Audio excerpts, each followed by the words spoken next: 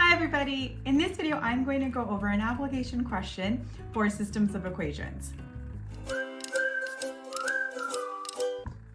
All right, well, I hope everyone is staying warm. I'm filming this on Saturday, the 23rd of November, and we have a snowfall warning in effect. So I figured what a better time but to film videos for you all. So we're going to go ahead and, I'm using this workbook here, and we are gonna go ahead and solve this equation using two methods. Now, with a question like this, I do recommend solving it with just substitution, but again, it's up to you. Both will still work really well. So let's take a look at it. So we've got our problem here. Katrina has $2.50 worth of nickels and dimes. She has 36 coins in totals. How many nickels and dimes does she have? So for something like this, we do need to come up with an equation. And almost always with these nickels and dime questions, you have to come up with two equations. And then, as I said before, we're basically trying to say, well, where do the two equations equal each other? Or where do the two lines intersect one another? And then that's going to be our solution. So let's take a look and kind of break it down. So we know her total is $2.50, and we know it's made up of nickels and dimes. And for those of you that don't remember, here's a dime. It's 0.1 of a dollar. And for a nickel, it's 5 cents, so 0.05.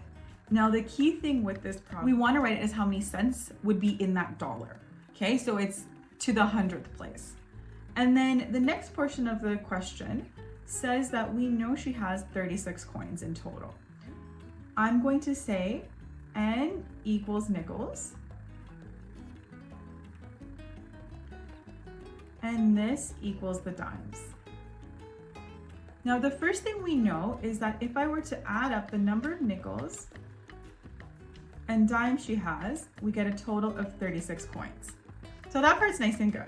Then the second equation has to do with its value. So the value meaning how much money it is. Well, we know that however many nickels she has, each nickel is worth 5 cents. So that means if I said N equals 2, then you'd have to multiply this by 2, which would mean she would have 10 cents in total, or 0.10 of a dollar.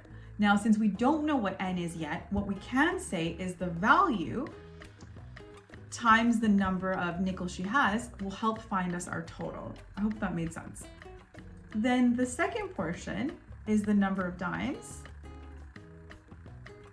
times its value. Now, its value for the total of this is we know she has $2.50. Okay, so let me clarify this one more time, just so it's nice and clear. And if you have any questions, let me know in the comments. So the order of equations really don't matter. What matters is the following. We have one equation that we said if we counted the number of nickels and the number of dimes, we do get our total number of coins that she has in her, let's say her purse. Then the second equation says we have $2.50, but we don't know how many dimes or nickels she does have. But we do know is whatever the number of dimes or nickels are, if we multiplied it by their value in cents, or by their value in dollars, that gives us our total of $2.50. And let me be clear about this. Because our total is in dollars, we also then need to change our cents into dollars. Okay? So that's what we did for that part. Now we can solve these. So I can use substitution. I'm going to use substitution first to solve this, and then I'll show you how to do it with elimination. It doesn't matter which of the following you solve for, but I'm going to go ahead and solve for N. So N is equal to 36, take away the variable D. And the way that works is we are going to take away a negative D from both sides. All right, so now, because it's substitution, wherever I see my N value, I can substitute this value in here. And that allows me to solve for just one variable.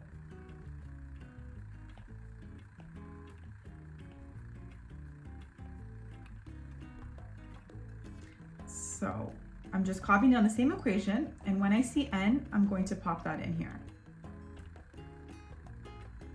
Okay, and then just to explain the algebra, if we are confused, I'm going to need to multiply that 0.05 to everything inside the bracket. And of course, we can use a calculator for this. So when I calculate all of that, this is what I get. Okay, so now I can collect the like terms. We do want to keep in mind that in this case, it's negative 0.05 plus 0.10. All right, so now what I want to do is I want to isolate for this variable, and we've got a 1.8 on both sides. So what I want to do is take that away, right? So it's positive 1.8, the opposite of positive 1.8 is negative 1.8. Okay, and then now we want to get d alone. So we have to divide both sides by 0.05. So when I solve that, I get d equals 14. So what that means is the number of dimes I have is equal to 14. All right, so now kind of the easier part in my opinion. We can use this equation here, our equation number 1, and now that we know the value of dimes, we can figure out the number of nickels. So we can say n plus 14 equals 36. And then I want to isolate for n or get n alone. So that means I'm going to take away 14 from both sides. This tells me that n equals 22. So our number of nickels is 22 and our number of dimes is 14. Okay, so as promised, I am going to solve this problem using elimination. I do want to add, it's probably not the best way to do it in this specific question because we have the decimals. But I'm going to go ahead and do it anyway. If you're like, you're not a decimal person and this was confusing enough, stick to substitution. This is really just because it's another way to show you guys how elimination works. So what we can see is we know that this is being multiplied by 0.05, and then the second one is 0.01. My equations are the same. I'm just lining them up as I said in the previous video. So I want to eliminate a variable. So why don't we eliminate variable d this time? Okay, so what I'm going to do is I'm actually going to multiply this by negative 0.10. And the reason I want to do that is when this becomes negative 0.10, that's going to cancel out that variable, leaving me with just one variable to solve.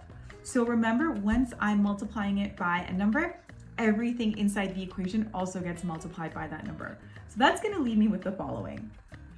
And then the second equation we can just rewrite as normal. All right, and then I am going to add those equations here. And we do get some negative numbers, but don't worry about that too much. It'll all work out as long as we did everything right. So once I add these two, here's what I get. All right, so now I need to solve for n. So I'm going to divide both sides by 0.05, making sure I keep that negative. So like I said, it works out because we're going a negative, divide by a negative, that's going to give us our positive number. So let's calculate that out. So this means we get n equals 22. And we know this works because we saw in our previous example, the number of nickels is 22. And then just like last time, we can do the reverse of it. We can sub it into equation 1. So n plus d equals 36. Well, we know n is going to be 22 plus d equals 36. We want to isolate for the number of dimes. That means I'm going to take away 22 from both sides. And just like in our last one, we get the number of dimes is equal to 14. So really, no matter what method we use, we get the same answer.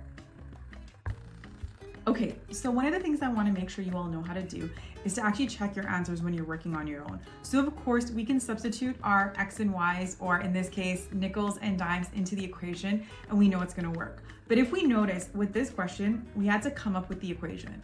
So we want to make sure that obviously, of course, our equation is correct, but I do want to show you what this looks like when we graph it.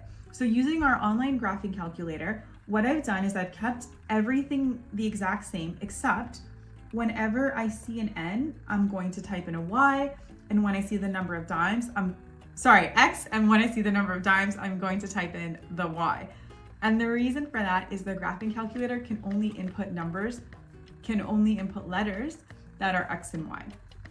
So x plus y equals 36 is our first equation. Our second equation is you'll just see me type it in. plus 0.10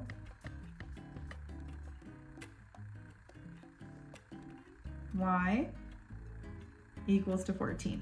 Now, what's nice about this calculator is we don't need to put it into a fancy way, just the equation as we see it, so long as it's x and y, we can pop them in.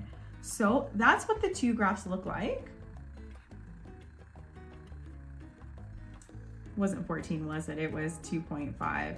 There we go. So that's what the two equations look like. And if I were to zoom in and tap where they cross each other, we can see we're getting 22 and 14. So no matter what we do, we're getting the same answer. Okay, I hope that was helpful. In the comments, let me know if there's anything else I can go over for you. Just as a friendly reminder, I do hold those one-on-one sessions. Information for that is down below, along with the links to the workbook and the online calculator that are used here today. Until then, everybody, stay warm if you're watching this on that cold November weekend, and I'll see you all in the next one.